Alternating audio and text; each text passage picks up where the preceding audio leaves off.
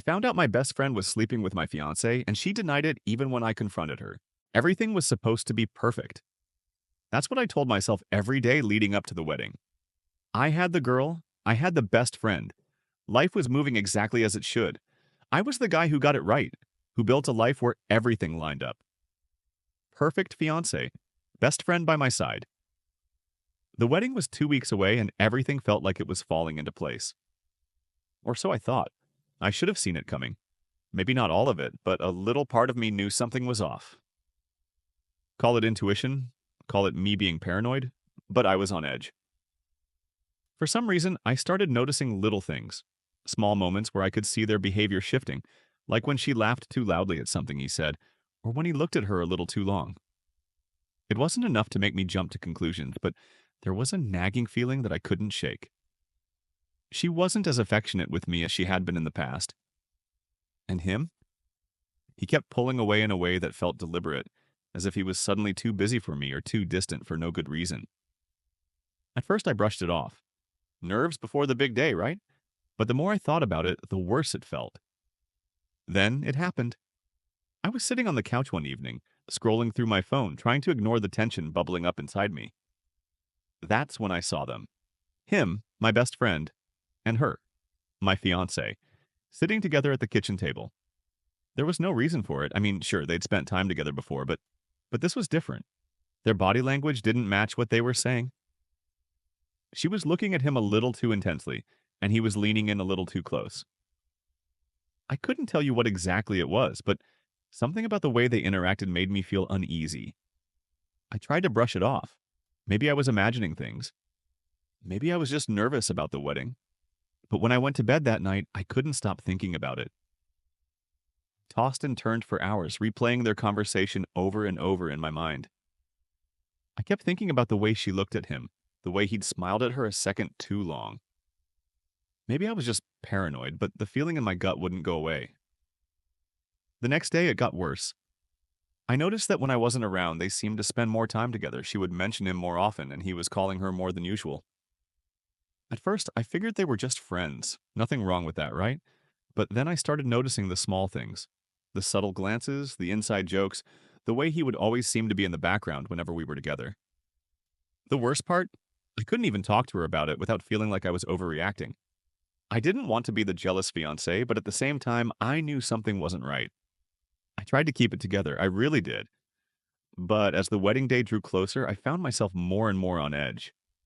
Something inside me told me that I was being lied to, but I couldn't put my finger on it. I didn't want to believe it, but the evidence was starting to stack up. And then one day I came home early. I hadn't meant to. I'd gone out to pick up something for the wedding, but as I was driving home, I felt this strange sense of urgency, like I had to get back. Maybe it was a coincidence, but I was starting to feel like I couldn't trust what was happening when I wasn't around. When I walked through the door, I wasn't expecting to see anything. But there they were, sitting together on the couch as close as I'd ever seen them. Too close. He was laughing too loudly at something she said, and she was looking at him in a way that made my stomach twist. They both turned to look at me when I came in, but it was too late. I had already seen it. I felt sick to my stomach, but I couldn't let them see that. I didn't know what to say or how to act. I just stood there, frozen, while the two of them scrambled to act like everything was fine. But everything was not fine, not by a long shot. I turned around and left the room, walking straight out of the house. I needed to clear my head. I needed to process what I had just seen. But the more I walked, the more I realized I was not going to be able to ignore this.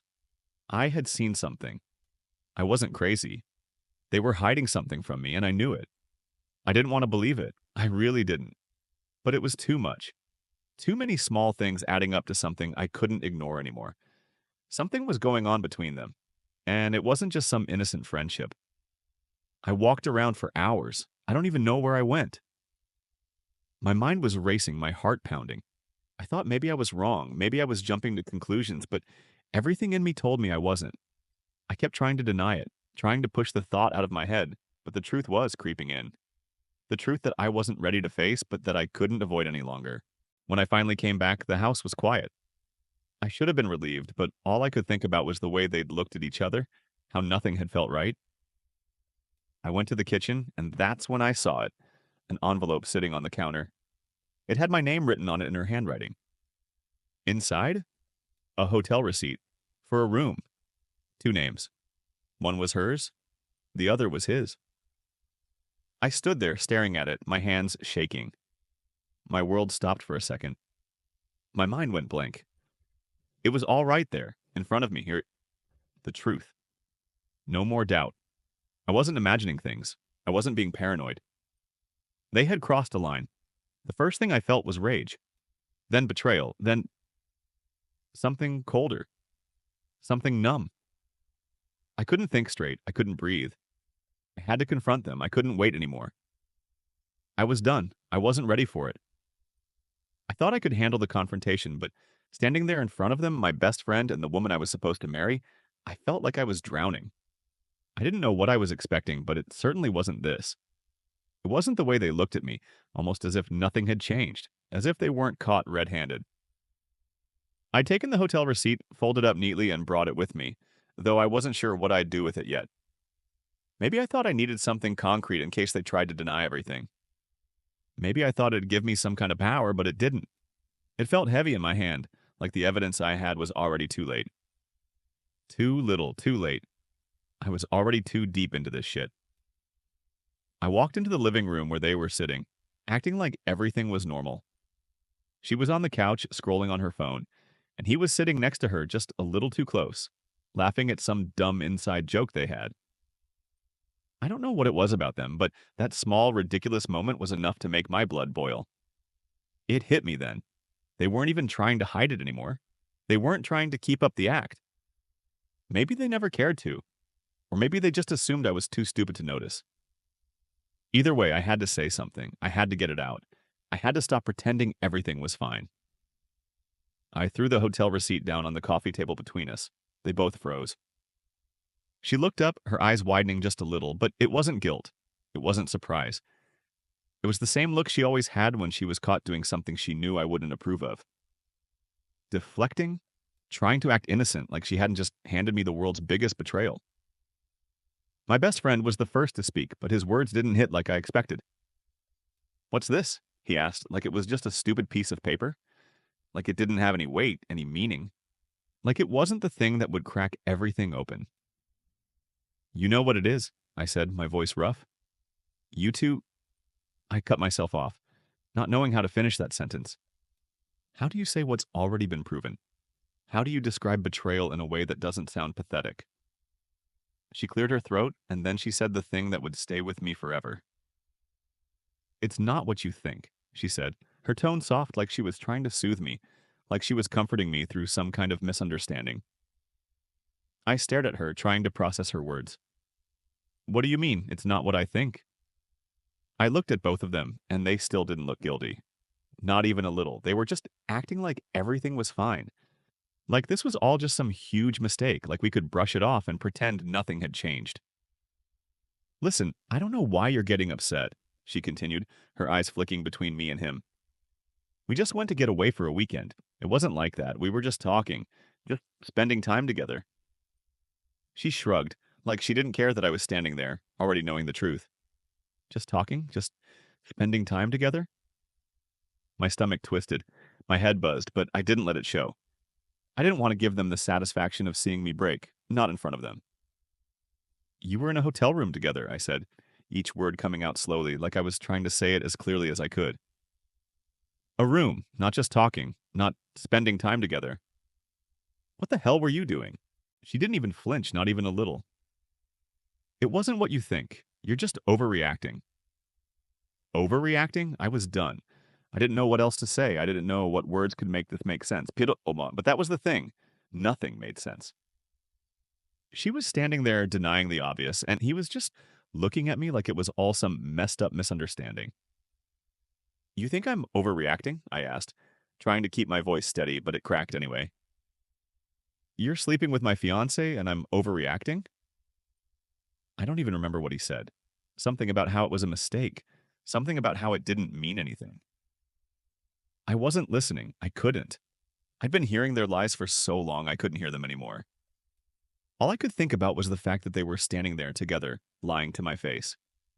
I wanted to scream. I wanted to shout at them, tell them everything I thought of them, but I didn't. I just stood there, paralyzed with the realization that nothing would ever be the same again. And then it hit me.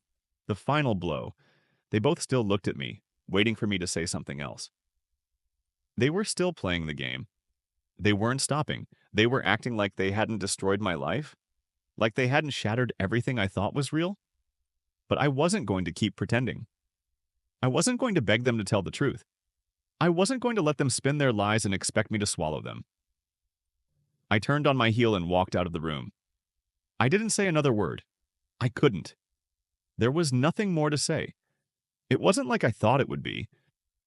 The moment I left that room, I didn't feel victorious. I didn't feel like I'd won anything. The truth was out, but somehow it didn't feel like it mattered. There was no relief, no satisfaction in knowing I'd caught them. It all felt pointless, like I was standing in the ruins of something I'd built and wasn't sure where to go next.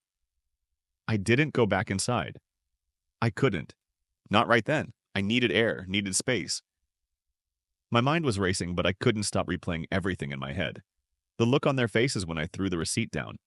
The way they both denied it, like they could somehow convince me it wasn't true. I felt disgusted, not just at them, but at myself too. How had I been so blind? How had I let it go on this long? I don't even know how long I was out there. Hours, probably. My mind was spiraling, but I couldn't bring myself to go back. I didn't want to hear their excuses. I didn't want to see their faces, pretending like I wasn't already done. I didn't need closure. I didn't need them to explain themselves. I needed out. I called off the wedding the next morning. No big public scene, no dramatic announcement. I didn't need that. I'd already been humiliated enough, and I wasn't about to make it worse by dragging everyone into my mess. I didn't care about the guest list or the flowers or the dresses. All I cared about was getting the hell out of that situation. Her phone rang, and rang, and rang. I didn't answer. I didn't respond to her texts either. She sent messages asking me what was going on, why I was being so distant. She wanted to know why I was pulling away, why I wasn't responding like everything was fine, but it wasn't fine, and I didn't care about her fake concern. It was too late for her to pretend like she didn't know what she'd done. The hardest part? Telling my family. I didn't want to do it. I didn't want to drag them into this. I didn't want to be the guy who had the wrecked relationship, the ruined engagement. But I couldn't keep lying to them either. They needed to know what had happened. They needed to know why the wedding was off. The phone call with my parents wasn't easy. They didn't believe me at first. I had to explain everything. I told them about the hotel receipt, the way they were together, how they'd acted. They didn't want to believe it either. They kept asking me if I was sure, if I had all the facts, as if I'd made it up, as if I was overreacting. I didn't know what I wanted from them. I didn't expect sympathy, but I also didn't expect them to question me. I was the one who'd been betrayed, the one who'd been humiliated, and they were still acting like I was the one who'd done something wrong. They didn't say it outright, but I could tell. I could hear the judgment in their voices. I tried to leave their house after the call ended, but I was trapped. I had nowhere to go, nothing to do. I didn't want to go back to the apartment, but I didn't have anywhere else to go either. I was homeless, not physically, but emotionally. I'd given my everything to those two people, and they'd left me with nothing. The worst part? It was so damn hard to let go. I couldn't stop thinking about all the good memories, the way I'd trusted them, the way I thought they had my back. But I couldn't hold on to that anymore. I couldn't keep pretending that everything was fine when it clearly wasn't. It was a week before she tried to contact me again. She left me a message, all apologetic, crying, asking me to give her a chance to explain. She wanted me to listen to her side of the story, to understand that it was all just a mistake, that she didn't mean for any of it to happen. But I didn't listen. I didn't care anymore. There was nothing to explain. Nothing she could say would make it okay. Nothing would take back what had been done. Nothing would undo the hurt she'd caused. And I wasn't going to let her keep lying to me, pretending like she wasn't a part of it all. The worst part wasn't even that she betrayed me. It was that she tried to act like I was the one being unreasonable. She had no shame. She still thought I'd come crawling back. I didn't respond. I didn't answer her calls.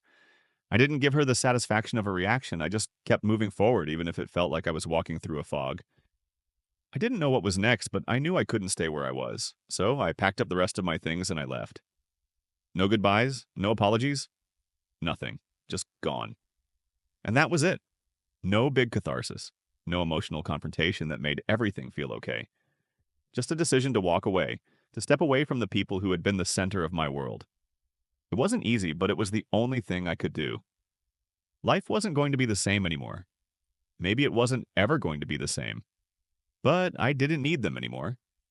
They'd taken everything from me, and now I had nothing left to give. What came next? I didn't know. But I wasn't going to wait around to find out.